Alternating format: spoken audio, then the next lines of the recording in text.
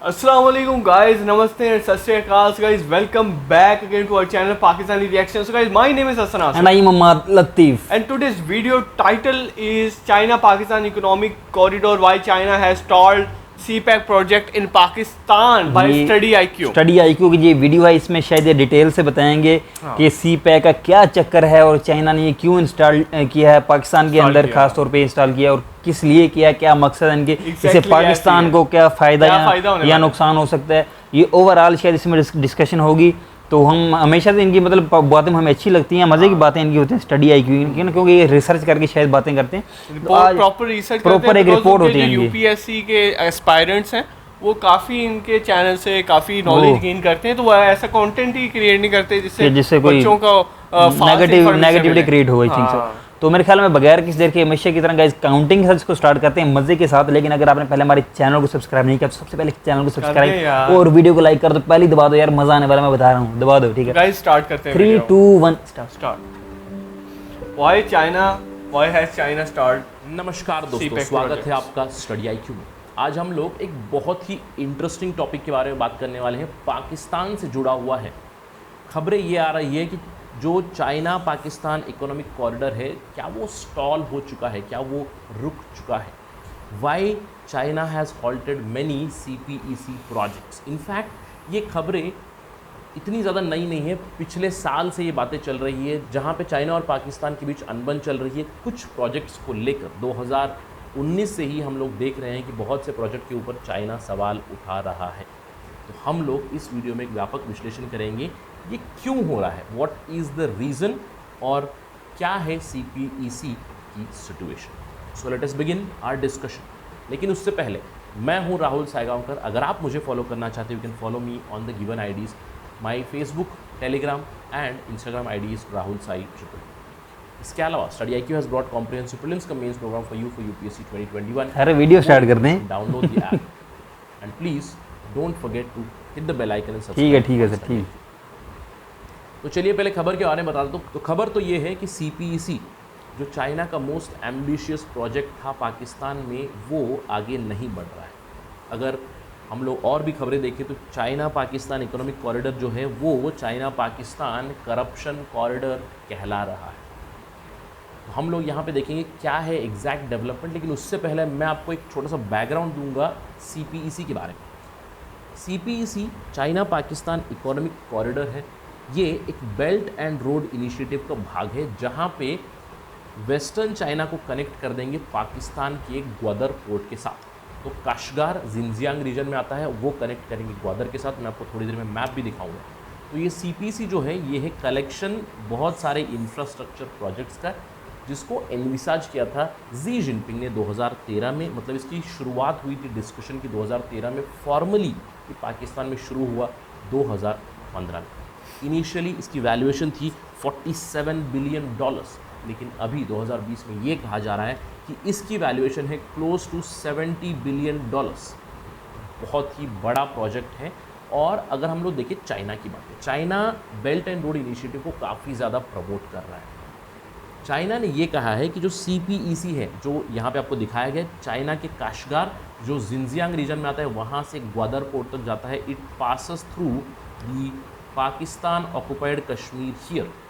In fact ये एक बहुत बड़ा मेन रीज़न है जिसकी वजह से India belt and road initiative के बाहर रहा है. इसके ऊपर काफ़ी सारी कंप्लेंट्स भी की है इंडिया ने, लेकिन चाइना और पाकिस्तान ने इंडिया को कंटिन्यूसली स्नब किया है. चाइना जो बेल्ट एंड रोड इनिशिएटिव को प्रमोट कर रहा है, वो कंटिन्यूसली कहता है, जो भी इस चीज़ में इन्वॉल्व है, जो भी बेल्ट एंड रोड में इन्वॉल्व है, उनको कहता है कि it is going to ultimately help you in terms of economic numbers. आपकी एम्प्लॉयमेंट बढ़ेगी, आपका GDP बढ़ेगा, एट्सेट्रा एट्सेट्रा. और पाकिस्तान को भी इन्होंने यही कहा है. पाकिस्तान को चाइना ने ये बताया है, चाइना की कम्युनिस्ट पार्टी ने ये बताया है कि चाइना पाकिस्तान इकोनॉमिक कॉरिडोर से पाकिस्तान में पॉलिटिकल स्टेबिलिटी आ जाएगी, पाकिस्तान में इकोनॉमिक रेजिलियंस आ जाएगी. चाइना के ऑफिशियल्स का ये कहना है जैसे ही China Pakistan economic corridor complete हो जाएगा, तो उसकी वजह से पाकिस्तान में 2.3 मिलियन जॉब्स क्रिएट हो जाएंगी 2030 तक. और इसके अलावा दोनों को भी फ़ायदा है, यानी कि पाकिस्तान को भी फ़ायदा है और चाइना को भी फ़ायदा है. पाकिस्तान में एम्प्लॉयमेंट बढ़ेगी, उनका GDP बढ़ेगा और चाइना को ग्वादर पोर्ट का एक्सेस मिल जाएगा. और अगर अभी हम लोग देखें, चाइना को इससे क्यों हेल्प होगा? जो भी तेल आएगा अभी मिडल ईस्ट से, it will come to Gwadar और इसी रूट से चाइना में एंटर हो जाएगा। अभी फ़िलहाल it has to go all the way round from strait of Malacca into China. तो चाइना को भी फ़ायदा है, पाकिस्तान को भी फ़ायदा है। ये चाइना का आर्गूमेंट है, जिसकी वजह से Pakistan is also in for the belt and road initiative. लेकिन अगर हम लोग लेटेस्ट डेवलपमेंट की बात करें, हाल ही में क्या हो रहा है इस CPEC को लेकर, काफ़ी ज़्यादा एंथुजियाज़म था पहले पाकिस्तान में स्पेशली, और चाइना में भी। चाइना में तो रहेगा ही, क्योंकि पैसों की जब बात आए तो चाइना इज़ ऑलवेज एंथुजियास्टिक, लेकिन पाकिस्तान में भी काफ़ी ज़्यादा एंथुजियाज़म था। लेकिन अगर हम लोग देखें टाइमलाइन जो CPEC की प्लान की गई थी, उसमें ऑलरेडी डिले हो रही है पाकिस्तान की वजह से। जो 10th मीटिंग थी जॉइंट कोऑपरेशन कमेटी की, ये जो जॉइंट कोऑपरेशन कमेटी है, यहाँ पे पाकिस्तान भी इन्वॉल्व रहेगा, चाइना भी इन्वॉल्व रहेगा। दोनों मिलकर मीटिंग करके CPEC की प्रोग्रेस रिव्यू करेंगे और आगे बढ़ाएंगे इस चीज़ को। अनएक्सपेक्टेडली इसको डिफ़र कर दिया गया है, जो 10वीं मीटिंग थी joint cooperation committee for CPEC। और इसका रीज़न ये दिया जा रहा है कि जो आगे का रोड मैप है इंडस्ट्रियल कोऑपरेशन के ऊपर, उसके ऊपर चाइना और पाकिस्तान के बीच थोड़ा सा वाद विवाद चल रहा है। इसके अलावा जो इंडस्ट्रियल पार्क्स है, जो स्पेशल इकोनॉमिक जोन्स है, जो ईयरमार्क्ड है CPEC के लिए, उसके ऊपर भी थोड़े से सवाल उठ चुके हैं। थोड़ा सा डिसएग्रीमेंट है चाइना और पाकिस्तान के बीच। तो ये तो हो गई लेटेस्ट डेवलपमेंट, जहाँ पे 10th मीटिंग अनएक्सपेक्टेडली डिफ़र हो चुकी है। इससे पहले भी बहुत सारी प्रोजेक्ट्स के ऊपर चाइनीज़ कम्युनिस्ट पार्टी ने सवाल उठा दिए, इनफैक्ट रोक दिया। अगर हम लोग इमरान खान गवर्नमेंट की बात करें तो उन्होंने एक प्रोजेक्ट क्लियर किया था $6.8 बिलियन का, जिसका नाम है मेन लाइन 1। ये एक रेलवे अपग्रेड है जहाँ पे ट्रेन की स्पीड डबल की जाने वाली थी। ML1 प्रोजेक्ट, ये कहा जाता है कि पूरे CPEC प्रोजेक्ट का सबसे कॉस्टलीस्ट पार्ट है, जिसकी 90% फंडिंग आनी थी चाइना की तरफ से। लेकिन ये पिछले 1 से 1.5 सालों से रुकी हुई है। Beijing has been reluctant to make progress over ML1 till date. इन सब से क्या अंदेशा लगा सकते कि नॉट एवरीथिंग इज़ हंकी डोरी between China and Pakistan. China और पाकिस्तान को कहा जाता है कि ऑल वेदर फ्रेंड्स हैं, लेकिन अभी जब डॉलर की बात आ गई, चाइना अभी नाप तोल के देख रहा है कि इस प्रोजेक्ट पे हम लोग इन्वेस्ट कर सकते हैं या नहीं। ऑलरेडी पाकिस्तान ने तो गैम्बल खेल दिया है, उन्होंने बेट कर दिया है चाइना के ऊपर, लेकिन चाइना अभी बहुत ही सोच समझकर अपने कदम उठा रहा है। लेकिन क्यों ये सब क्यों हो रहा है? China Pakistan all weather friends माने जाते थे, लेकिन अब चाइना सोच क्यों रहा है? इसके 3 इंपॉर्टेंट रीजंस हैं। पहला रीज़न है पाकिस्तान की खुद की पॉलिटिक्स। देखिए, मैंने आपको बताया कि CPEC जब शुरू हुआ था 2013 में, ये आइडिया बनी थी। 2015 में फॉर्मली शुरू हुआ था, और 2015 में सरकार किसकी थी? नवाज शरीफ। और नवाज शरीफ बहुत ही ज़्यादा एंथुजियास्टिक थे उस टाइम CPEC को लेकर। इनफैक्ट बहुत ही प्राइड से उन्होंने क्रेडिट भी लिया था CPEC की शुरुआत होने का, जहाँ पे उन्होंने कहा था कि $62 बिलियन चाइना से हम लोग ला रहे हैं पाकिस्तान में, जिससे एम्प्लॉयमेंट बढ़ेगा, GDP बढ़ेगा, एट्सेट्रा एट्सेट्रा। और 2015 में अगर हम लोग बात करें, इमरान खान कहाँ पे थे? Imran Khan was in opposition, और वो इस प्रोजेक्ट के खिलाफ थे। लेकिन 2017 में इमरान खान की सरकार आ गई, और तब से लेकर बहुत से न्यूज़ में हम लोग देख चुके हैं कि पाकिस्तान की जो इमरान खान की सरकार है वो क्या स्टेप लेगी। क्या वो प्रो चाइना है? प्राइमा फेसी प्रो चाइना लगती है, लेकिन बहुत सारे विशेषज्ञ ये कहते हैं कि इमरान खान प्रो अमेरिका भी है, यानी कि जो US और पाकिस्तान के बीच दूरी बढ़ गई है उसको कम करना चाहते हैं इमरान खान। तो आप देख सकते हो यहाँ पे Imran Khan government is it taking a U-turn on Chinese economic corridor. Although बस सवाल उठाए गए हैं, इसकी वजह से भी चाइना थोड़ा सा इरिटेटेड है।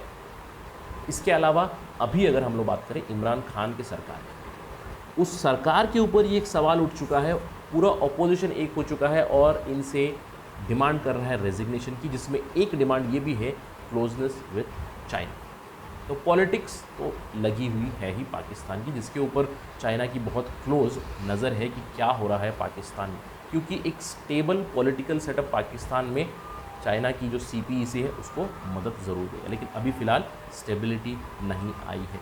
जो चाइना ने क्लेम किया था स्टेबिलिटी आएगी, वो तो नहीं हुई। इसके अलावा अगर हम लोग बात करें करप्शन तो एक बहुत बड़ी प्रॉब्लम है जिसको चाइना ने हाईलाइट किया है स्पेसिफिकली। और अगर हम लोग बात करें फोरकास्ट की, भविष्य बताने की, तो वर्ल्ड बैंक ने 2018 में ही भविष्य बता दिया था बेल्ट एंड रोड इनिशिएटिव का। उन्होंने कहा था जो भी देश बेल्ट एंड रोड इनिशिएटिव के साथ जुड़ रहे हैं प्लीज़ आप केयरफुल रहिएगा। उन्होंने वार्न किया था कि आपके ऊपर डेट का रिस्क हो जाएगा, आपके ऊपर एक सवाल उठ सकता है स्ट्रैंडेड इंफ्रास्ट्रक्चर का, क्योंकि पैसे ऑलरेडी दे चुका है चाइना। अगर आधे पैसे दिए हैं, अगर आधे आपने पैसे लगाए हैं और इंफ्रास्ट्रक्चर अभी रुक चुका है क्योंकि चाइना ने फंडिंग रोक दी है, तो इंफ्रास्ट्रक्चर इज स्ट्रैंडेड। इसके अलावा सोशल रिस्क तो हम लोग देख ही सकते हैं पाकिस्तान के साथ हो रहा है, करप्शन बिल्कुल हो रहा है। तो ये सारी जो भविष्यवाणी थी वर्ल्ड बैंक की, अगर चाइना को लेकर बात करें, अगर पाकिस्तान को लेकर बात करें, अगर CPEC को लेकर बात करें, तो सारी की सारी ऑलमोस्ट ट्रू हो चुकी है। करप्शन की अगर मैं बात करूं CPEC को लेकर, मैंने आपको एक वीडियो में बताया था कि चाइना के जो फॉर्मर आर्मी जनरल है लेफ्टिनेंट जनरल असीम सलीम बाजवा, वो CPEC अथॉरिटी के चेयरमैन हैं।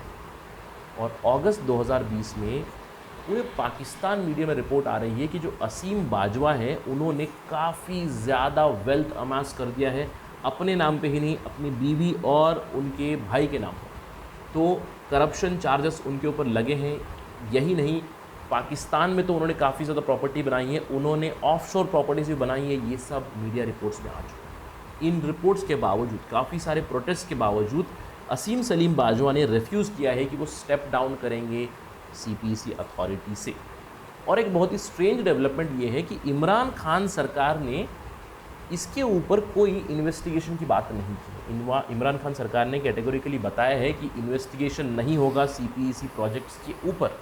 ये स्ट्रेंज इसलिए है कि 2017 में जब इमरान खान इलेक्ट होकर आए, उनकी पार्टी का मैनिफेस्टो ये था कि वो करप्शन रोकेंगे। काफ़ी स्ट्रेंज डेवलपमेंट है। और चाइनीज़ ऑफिशियल्स इसके ऊपर भी नज़र लगाए हुए। चाइनीज़ ऑफिशियल्स तो ये कह रहे हैं कि जो भी पैसा जा रहा है CPEC में, उसमें 80% करप्शन में लीकेज हो रहा है, जिसको वापस लाना बहुत ही मुश्किल है। Corruption is a huge problem and Chinese have kept an eye on this. इसके अलावा अगर हम लोग बात करें थर्ड चीज़ की, तो वो है इंसर्जेंसी की प्रॉब्लम। अगर हम लोग बलूचिस्तान की बात करें, जो यहाँ पे आता है towards the western side of Pakistan, Balochistan Liberation army ने अपनी इंसर्जेंसी को इंटेंसिफाई कर दिया। वो बलोच इंडिपेंडेंस की मुहिम में लगे हुए हैं।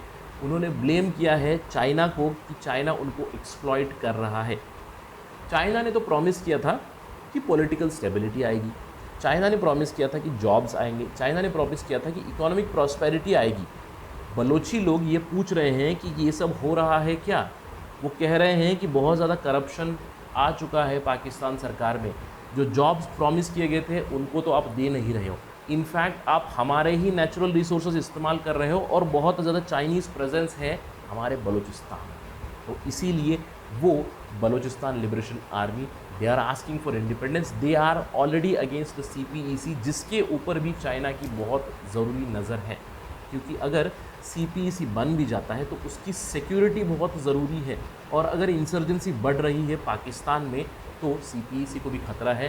क्या चाइना आगे जाके इन्वेस्ट करेगा, अभी नहीं पता है। तो इन सब चीज़ों की वजह से CPEC का फ्यूचर ही एक सवाल बन चुका है। और अगर हम लोग अपना डिस्कशन एंड करना चाहेंगे तो ये सवाल ज़रूर पूछ सकते हैं कि विल CPEC सक्सीड, क्या CPEC सक्सेसफुल रहेगा? इसका जवाब ऑलरेडी इमरान खान ने दे दिया। कुछ ही महीनों पहले इमरान खान ने कहा है कि Pakistan is going to complete CPEC at all costs. तो सक्सेस या फेल्यूर इस चीज़ पे निर्भर करेगा कि पाकिस्तान क्या कॉस्ट दे रहा है। क्या पाकिस्तान खुद ही डेट में जा रहा है?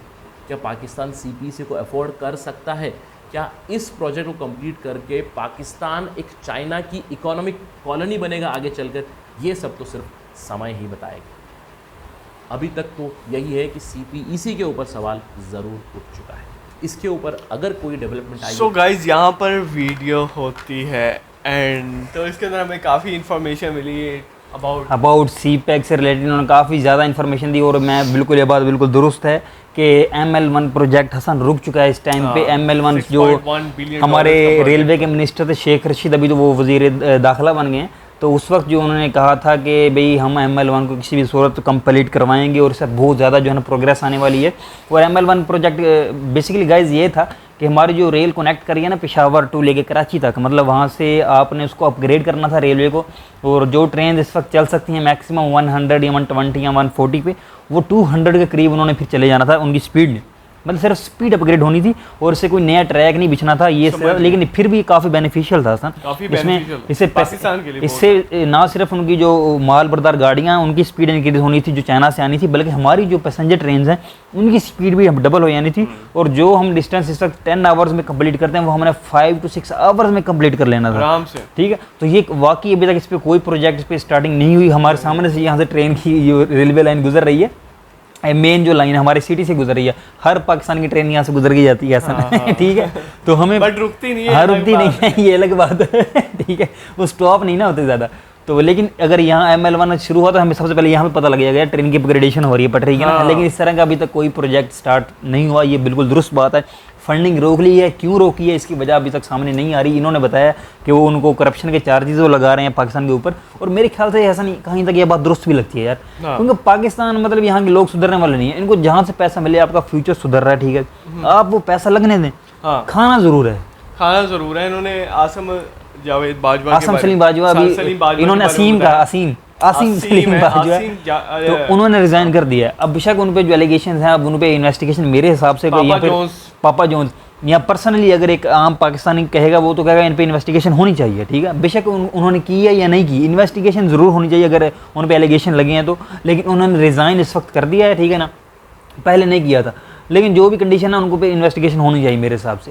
तो दूसरी बात ये है बलूचिस्तान मूवमेंट के बारे में हम बात कर लेते हैं थोड़ा सा। कोयटा के अंदर जो चल रहा है मूवमेंट पूरे बलूचिस्तान के अंदर चल रहा है और रिसेंटली बहुत सारे अटैक्स भी हुए चाइनीज के ऊपर, इसकी रिस्पॉन्सिबिलिटी BLA ने एक्सेप्ट भी की है। ठीक है, क्योंकि वो चाहते हैं कि हम अपनी पावर शो करवाएं, हम ये सी पे कंप्लीट ना होने दें। ये पाकिस्तान गवर्नमेंट का एक जो है ना एक पर्सपेक्टिव है कि जो हैं BLA वाले वो ये चाहते हैं कि हम किसी भी सूरत चाइनीज़ को यहाँ पे ना आने दें। और मेरे ख्याल से ये बात कहीं तक दुरुस्त भी है, क्योंकि गवादर बलूचिस्तान के अंदर आता है। ठीक है, तो गवादर के अंदर पोर्ट बन रहा है और गवादर सेफ सिटी प्रोजेक्ट के थ्रू एक फेंसिंग भी हो गई है। इस पे भी बहुत स्ट्राइक्स हुई थी कि भाई ये क्या हो रहा है, लेकिन इन्होंने एक सेफ सिटी प्रोजेक्ट के नाम पे सिटी को अलग कर दिया है। ठीक है ना, जहाँ पे सारी इन्वेस्टमेंट होगी चाइना की या पाकिस्तान की जो भी है, तो गवादर एक पोर्ट टाइप की जो सिटी है वो उसे सेफ सिटी बना के उसे फेंस भी कर दिया। तो इस तरह मतलब BLA के अंदर ना काफ़ी वो दुश्मनी टाइप उभर रही है ना कि हम चाइना को यहाँ क्यों आने दें, बलूचिस्तान हमारा घर है, इस तरह की टाइप्स। क्योंकि वाकई इनकी बात दुरुस्त है कि जो नेचुरल रिसोर्स हैं पाकिस्तान के अंदर, खासतौर पर गैस, वो मोस्टली बलूचिस्तान से ही आ रही है। ठीक है ना, तो मतलब इक्वालिटी नहीं पाई जाती और बलूचिस्तान वाले उनके अंदर एक ना एक इन्फीरियरिटी का कम्प्लेक्स पाया जाता है कि हमारे इधर इतनी प्रोग्रेस नहीं हो रही बलूचिस्तान के अंदर। मैं बात ये दुरुस्त समझता हूँ कि ये गवर्नमेंट्स का कसूर है, उनकी गलती है, खास तौर पर बलूचिस्तान गवर्नमेंट की गलती है कि उनके जो MPs MNAs हैं उनको फंड्स मिलते हैं, उनसे पूछें वो फंड कहाँ पे लग रहे हैं यार, कम अज़ कम उनसे पूछें तो सही। वहाँ पे ये सिस्टम है, कोई पूछने वाला नहीं है और वो खाई जा रहे हैं, कोई पैसा नहीं लग रहा, बेचारे गरीब मर रहे हैं। फिर इल्ज़ाम जो है वो पंजाब पे लगाया जाता है या पाकिस्तान गवर्नमेंट पे लगाया जाता है। ये आपको बताते चलेंगे जब पाकिस्तान का जब भी बजट बनता है तो वो एलोकेट इस अंदाज से किया जाता है कि आपकी पॉपुलेशन कितनी है। हाँ। सो बलूचिस्तान की जो पॉपुलेशन है वो काफ़ी कम है, बट जो रेडियस है, एरिया है, वो सबसे ज़्यादा है पूरे पाकिस्तान के अंदर। बट बजट के हिसाब से जो एलोकेट किया जाता है वो सही किया जाता है, आगे जाकर करप्शन हो यार, आगे डिलीवर नहीं होता। तो इसमें मतलब बहुत ज़्यादा इश्यूज हैं, इसको सेट करने की मेरे हिसाब से ज़रूरत है कि उनकी जो इन्फीरियर जो कम्प्लेक्स वो फील करते हैं अपने आप को, वो ख़त्म किसी भी सूरत किया जा सके। बाकी जो वेल एजुकेटेड लोग हैं इस वक्त बलूचिस्तान के अंदर, कोयटा के अंदर, उनको पता है यार क्या सिस्टम चल रहा है और वो इस चीज़ को समझते हैं मेरे हिसाब से ना। तो ये ओवरऑल सिचुएशन गाइस यहाँ पे चल रही है। तो मेरे ख्याल से CPEC को वाकई भी काफ़ी जो है ना झटका लगा है और लगता रहेगा आई थिंक, क्योंकि ये काम होते रहेंगे। वो कहेंगे गवादर के अंदर किसी भी सूरत चाइना ना आए।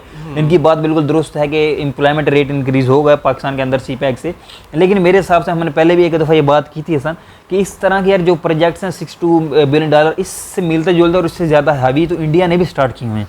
और वो खुद सेल्फ मतलब वो मेड उनके प्रोजेक्ट्स हैं। $100 बिलियन तक भी उनके जो है ना प्रोजेक्ट्स हमने देखे। $44 बिलियन की तो सिर्फ वो ऑयल रिफाइनरी लगा रहे हैं। ऑयल रिफाइनरी सऊदी अरेबिया के साथ मिलकर 50% शेयर मतलब इंडिया के अंदर बहुत ज्यादा इस तरह के इन्वेस्टमेंट्स हैं। तो हमें मारुति का भी 50% शेयर, मतलब इंडिया ऐसे इन्वेस्टमेंट करता है जिसके अंदर 50% हाफ उसका अपना होता है, हाफ दूसरे कंट्री का होता है। पाकिस्तान के अंदर इन्वेस्टर टोटली चाइना का, टोटली चाइना, तो हमें सब टोटली चाइना पे डिपेंडेंट हो जाएंगे। तो मेरे हिसाब से जो ये एक बताया जाता है कॉलोनी वाला कॉन्सेप्ट आ जाएगा। आप श्रीलंका में देख रहे हैं ऐसा कॉलोनीज, उनका एक सेपरेट सिटी बन गया गाइस श्रीलंका के अंदर, जिसको चाइना का नाम दिया गया। और दूसरी बात आपको बताता चलूँ, अफ्रीकन कंट्रीज़ के अंदर काफ़ी हमने देखा है कि चाइनीज़ जो मूवमेंट है वो काफ़ी इंक्रीज़ हुई है और चाइना वाले उसके अंदर कॉलोनीज़ बना रहे हैं। और चाइना ना सिर्फ इन कंट्रीज़ के अंदर, चाइना तो ये भी सोच रहा है कि ताइवान को कैसे वो कब्जा करेगा 2022 में। सही बात है, ताइवान के पीछे भी लगा हुआ है। दूसरी बात, हांगकांग पर भी उसका काफ़ी हाथ भारी है। लद्दाख जो डिस्प्यूट चल रहा है इंडिया के साथ, उस पे भी काफी उनका मतलब हर तरफ कोई ना कोई चली हुई है। हाँ, लेकिन पाकिस्तान के अंदर मेरे ख्याल से पाकिस्तान वाले रेजिस्टेंस क्रिएट करते ही नहीं है। इस वजह से पाकिस्तान के साथ इतना इशू नहीं है, क्योंकि पाकिस्तान से वो जगह मांगी थी ना, वो कश्मीर वाली, वो गिफ्ट कर दी पाकिस्तान ने, ले लो भाई ले लो, ठीक है। हाँ वो वाली, अगर हो सकता है अगर वो ना करते तो पाकिस्तान के साथ भी पंगा चल रहा था। शिंघान वैली। गाइस बेसिकली आपको बताता चलूं कि चाइना के जो लोग हैं और जापान के जो लोग हैं, ये ऐसे लोग हैं जो कि पैसे को पूछते हैं। इनका कोई मतलब चाइना का तो कोई गॉड ही नहीं है ना, बिल्कुल ऐसी है। मतलब आपको वो एथिस्ट हैं, वो कहते हैं बस एथिस्टिज्म पर यकीन रखते हैं, उनका कोई कोड नहीं है। वो जस्ट पैसे पर बिलीव करते हैं, जहां उनको इन्वेस्टमेंट नजर आती है बस वहीं बात ठीक की है कि वहीं भाग जाते हैं। तो ये मेरे ख्याल में वीडियो को एंड करते हैं। काफी इन्फॉर्मेशन मिली इस वीडियो से, काफी मजा आया। मुझे लगता है आपने इनकी और हमारी दोनों की बातों को एंजॉय जरूर किया होगा। बताता चलो BLA के बारे में या बलूचिस्तान के बारे में इसने जो इन्फॉर्मेशन दी है, ये इस वजह से भी दी है, जो मतलब अमाद वहाँ बेसिकली रह रहे हैं, MBBS भी कर रहे हैं, 3 साल से वहाँ पे सराउंडिंग में जो लोग हैं वो कोयटा से बिलोंग करते हैं या बलूचिस्तान पूरे से बिलोंग करते हैं। तो वो आपस में गपशप होती रहती है। तो बताते हैं कि यार हमारे पास बजट आता है बट वो करप्शन की नजर हो जाता है। हाँ ये सीन हुआ है ना, ये तो आप ये ना सोचिएगा कि अमाद मतलब कह रहे हैं कि बलूचिस्तान नहीं मैं कोई डिफेंड नहीं कर रहा। मैं आपको एक कॉमन पर्सन की मैंने पर्सपेक्टिव आपको बताया। हम हमेशा कॉमन पर्सन का जो एक मैंने दोनों का बताया सर। मैंने जो वेल एजुकेटेड लोग हैं बलूचिस्तान के अंदर जो मुझसे मिलते हैं, मतलब हमारा जो मेडिकल कॉलेज है वहाँ पे मैं और प्रोफेसर वगैरह और HODs वगैरह मिलते हैं, मैंने उनका भी बताया और दूसरा भी बताया कि कॉमन पर्सपेक्टिव क्या है, जो दोनों मैंने आपको बता दिए। तो बस यहीं पे मेरे ख्याल में वीडियो को एंड करते हैं गाइस। काफ़ी हमने जो है एंजॉय किया वीडियो को, अपना रखें बहुत ख्याल। वीडियो को लाइक और चैनल को सब्सक्राइब जरूर कर दें अगर नहीं किया तो हमेशा इस कलर का बेल आइकन होगा जी, सब्सक्राइब टक टक दबा दो, ठीक है। तो अपना रखें बहुत ख्याल, टेक केयर, खुदा हाफिज़।